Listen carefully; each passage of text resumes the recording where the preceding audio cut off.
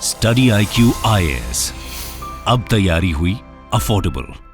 Hello everyone, सभी को नमस्कार और आप सभी का स्वागत है स्टडी IQ के यूट्यूब चैनल पे। तो ये पर्टिकुलर सेशन कुछ इंपॉर्टेंट रहने वाला है क्योंकि यहाँ पे हम जानने की कोशिश करेंगे कि वो क्या ऐसा पर्टिकुलर कारण है जिसकी वजह से ज़्यादातर कैंडिडेट्स प्रीलिम्स को क्वालिफाई नहीं कर पाते, और इसमें सिंसियर कैंडिडेट्स भी शामिल हैं। बहुत से सिंसियर कैंडिडेट्स भी इस एक कारण की वजह से प्रीलिम्स को क्वालिफाई करने से कुछ मार्क्स से चूक जाते हैं। लास्ट मिनट पे कुछ ऐसा हो जाता है जिसकी वजह से उनको कुछ प्रॉब्लम आ जाती है।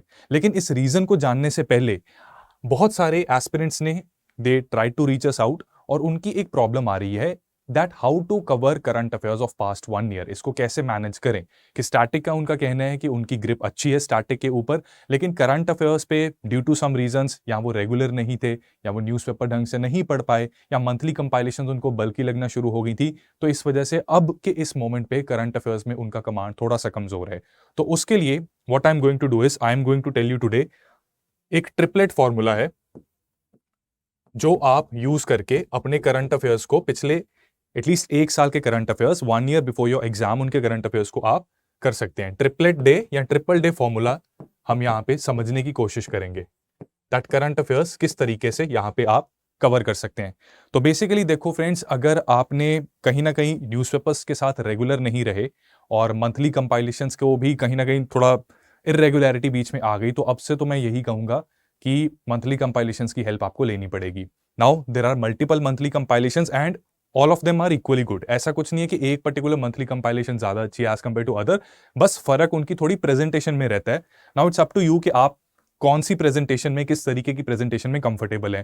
देयर आर मेनी कंपाइलेशंस, ठीक है। वी की कंपाइलेशन आती है, मोस्ट पॉपुलर वन। डी की कंपाइलेशन भी आपको मिल जाएगी, सी की भी मिल जाएगी, राइट, एंड SIQ की भी मंथली कंपाइलेशन है, right. Now it's up to you कि किसमें आप कंफर्टेबल हैं। मैं आपको ये सजेस्ट करूंगा द मंथली कंपाइलेशन जो ज्यादा प्रिसाइज रहती है, right. Don't go for the volume but go for the precision, जो ज्यादा प्रिसाइज रहती है उसको आप फॉलो करें। What happens in these particular compilations कि यहाँ पे सेक्शंस होते हैं और मंथ्स होते हैं। फॉर एग्जांपल, करंट अफेयर्स अगर आपने कवर करने हैं और अभी आपको प्रॉब्लम आ रही है, तो बेयर मिनिमम जो आपने करना है ना, वो समझ लो। आपका एग्जाम मई 2023 में है, ठीक है।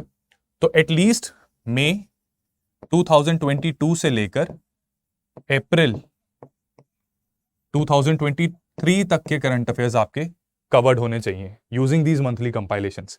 What you can do is कि मई में आपके सेक्शंस होंगे पॉलिटी का, इंटरनेशनल रिलेशंस का, साइंस एंड टेक्नोलॉजी का, राइट। और कौन सा होता है, सोशल इश्यूज का सेक्शन एक होगा, एनवायरमेंट का सेक्शन होगा, कल्चर का भी होता है, ये सेक्शंस हैं। इसी तरह जून के भी होंगे, जुलाई के भी होंगे, एंड सो ऑन। नाउ अब आपको एक पेज लेना है, पेज के ऊपर आप एक टेबल बना लो, ठीक है। टेबल कुछ इस तरह से आप बना सकते हो। उसमें इस लेफ्ट कॉलम में यू मेंशन द सेक्शंस, ठीक है। यहां पे सेक्शंस के नाम लिखिए आप। ये बड़े वाले कॉलम में आप मंथ लिख सकते हैं, ठीक है। जैसे मई हो गया, then June, then July, and so on, right. उसके बाद व्हाट यू डू, आप पेज नंबर्स भी यहां पे लिख सकते हैं कि कितने पेजेस का एक पर्टिकुलर सेक्शन है, कि एक पर्टिकुलर सेक्शन कितना बल्कि है, ठीक है। सपोज ये 10 पेजेस का है, ये 15 पेजेस का है। पॉलिटी फॉर एग्जांपल मई में 15 पेज का आया था, जून में 10 पेजेस का, जुलाई में 15, एंड सो ऑन, राइट। इसी तरह सारे सेक्शंस का कर लीजिए।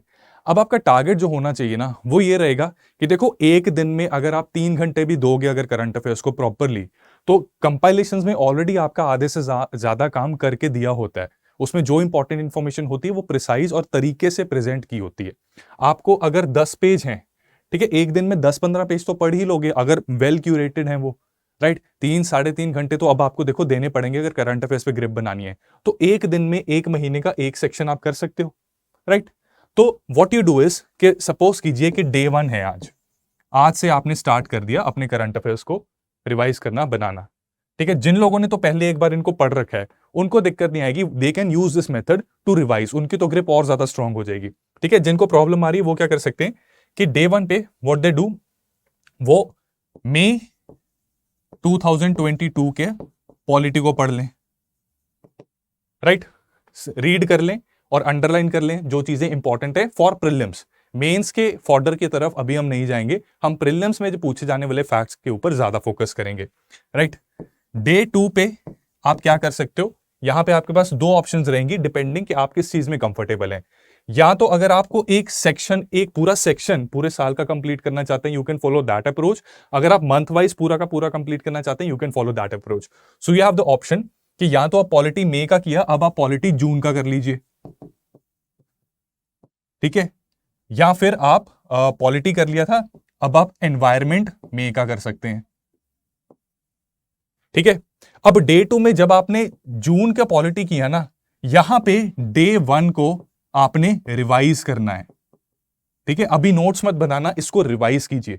अब आपका ध्यान जो आपने अंडरलाइन या हाईलाइट किया था ना, उसकी तरफ ज्यादा जाएगा, राइट, और कम टाइम लगेगा, ठीक है। अब यहां पे फर्स्ट डे हो सकता है आपको 3-3.5 घंटे लगे एक सेक्शन को कंप्लीट करने में। जब आप रिवाइज करोगे, ये हो सकता है आधे घंटे से 1 घंटे के बीच का टाइम लगेगा, क्योंकि एक बार पढ़ रखा है। डे 3 पे अब आप गए, डे 3 पे पॉलिटी जून, पॉलिटी अब जुलाई का कीजिए, ठीक है। और यहां पे क्या करना है, डे 2 को रिवाइज करना है और डे 1 के अब नोट्स बना लेने हैं प्रिसाइज्ड फॉर्मेट में, कि जो इंफॉर्मेशन अब आप भूलते हैं या सबसे ज्यादा इंपॉर्टेंट है आपने नोट्स में वो डालनी है, और डे 2 को रिवाइज करना है जैसे डे 2 में डे 1 को रिवाइज किया था, right. On the other hand, अगर मान लो ये मेथड आप दूसरा फॉलो कर रहे हो कि एक मंथ को पूरा कंप्लीट करना चाहते हो, एनवायरमेंट आपका यहां हो गया था, तो यहां पे आपने पॉलिटी को रिवाइज किया, राइट। उसके बाद आपने एसएनटी डे 3 में मई के एसएनटी को पढ़ा, एनवायरमेंट को रिवाइज किया और पॉलिटी को उसके नोट्स बना लिए। बात वही है, दोनों मेथड से अल्टीमेटली होगा क्या, अगर आप कंसिस्टेंटली फॉलो करेंगे तो विद इन 90 डेज आपके सारे के सारे साल भर के करंट अफेयर्स कंप्लीट हो सकते हैं, राइट। सो दिस इज 3-डे फॉर्मूला, राइट।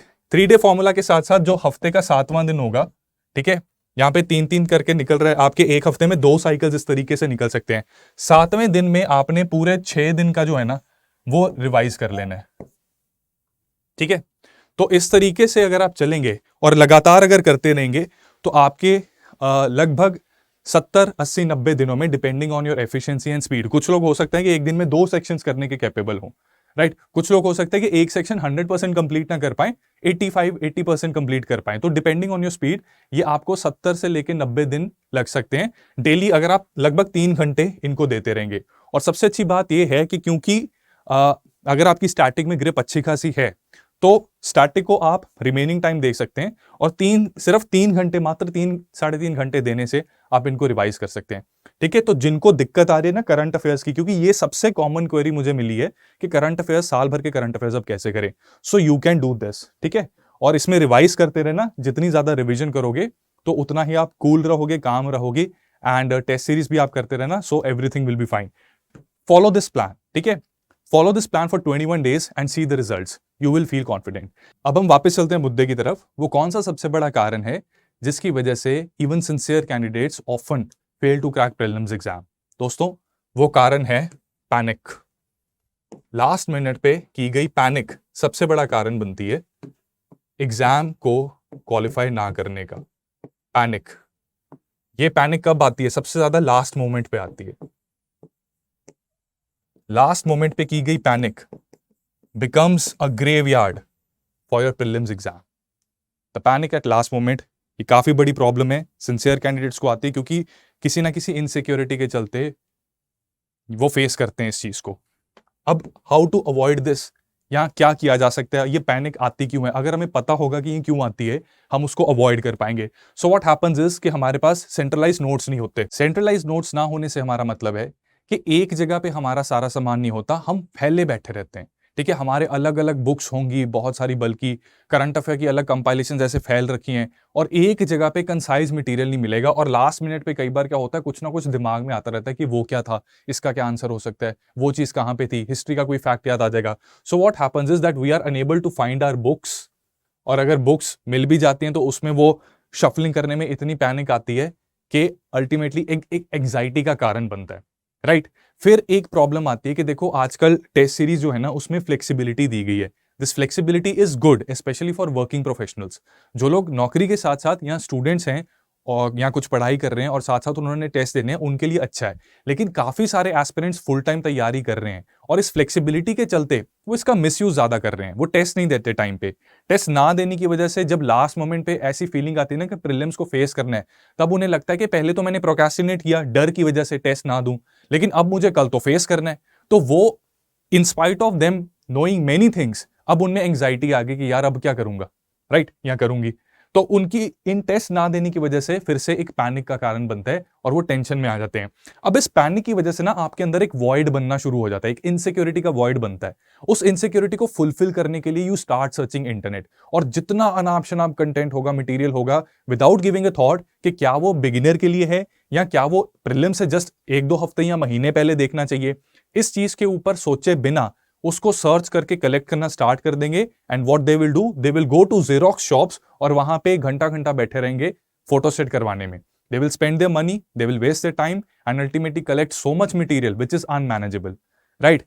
ये चीजें, ये जो थर्ड पॉइंट है, ये वो करते तो हैं अपनी इनसिक्योरिटी को खत्म करने के लिए, ये फर्दर टेंशन का कारण बन जाता है, राइट।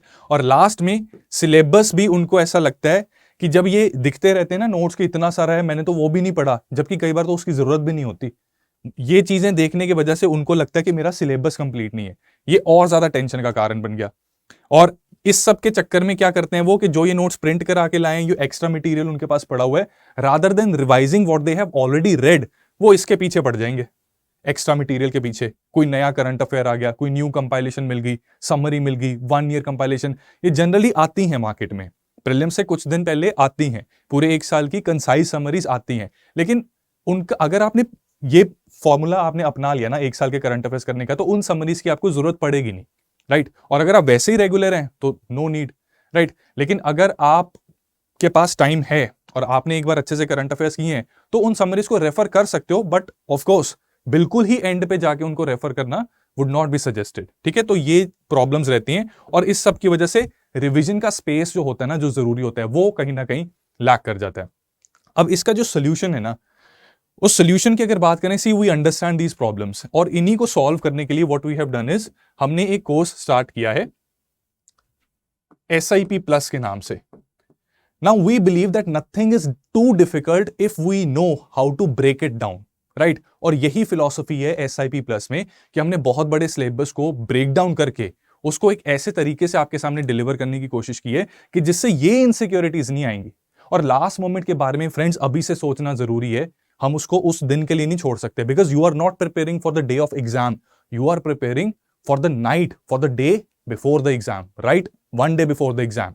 उस दिन आपके पास वो सारी चीजें होनी चाहिए जिससे आप अपने पूरे सिलेबस को एक बार रिवाइज कर सकें और कॉन्फिडेंटली एग्जाम में जा सकें, राइट। तो उसके लिए स्टडी IQ का सक्सेस इन प्रीलिम्स इनिशिएटिव का सेकंड बैच स्टार्ट हो रहा है, राइट।